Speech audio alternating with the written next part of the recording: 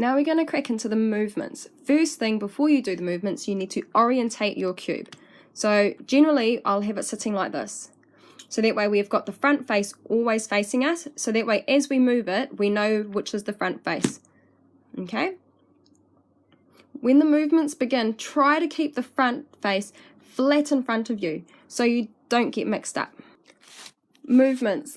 For these instructions, I use 7 different movements. Each can be moved in a positive direction or a negative direction. The first 3 moves are the top row, horizontal row, and the bottom row. The top row here is represented with a T, and it will always move to the right, like that. The horizontal row is represented with an H, and it will always move to the right. The bottom row is represented with a B, and it will always move to the right.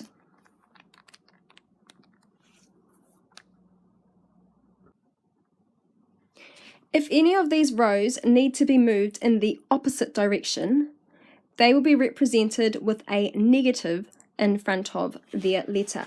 For example, if I wanted to move the top row to my left, it would be a negative T.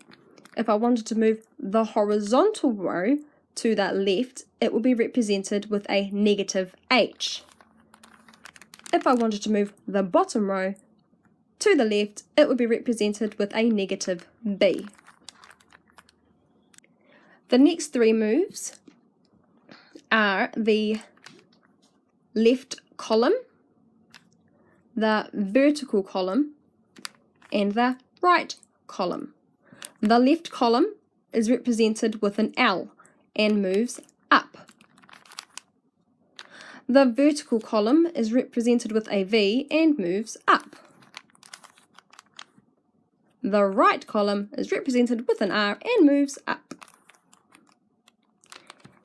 And like the previous movements, if we would like them to move in the opposite direction, down, there will be a negative before the letter. For example, to move the left column down, it would be negative L.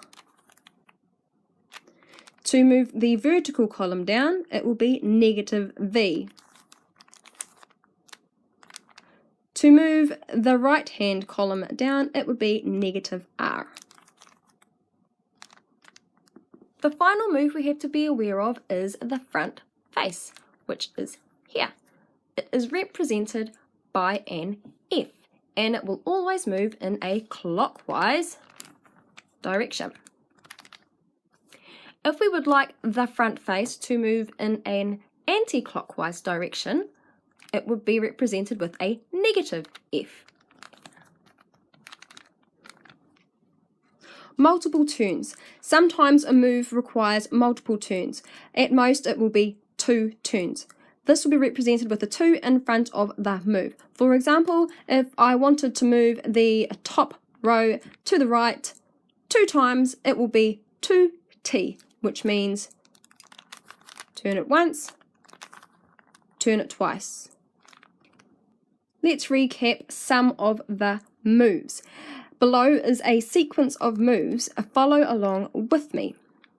First one is T, which means it is the top row and it goes to your right. Second move is R, which is the right column, which goes up. Third move is negative L. That is our left column, and a negative direction is down. Next is negative F. That is our front face, and it is going anti-clockwise. Next one is 2V. That is our vertical column, and it is twice. So we move it up 1, we move it up 2. Last one is H, which is our horizontal row, and that moves around to our right, like so. Once you understand the moves, click on the next clip to get started on step 1 of finishing your Rubik's Cube. If you are struggling to remember the moves, Go through this clip and write up a key using the diagrams I have shown you, like so. This way you can refer to your key whenever you need to.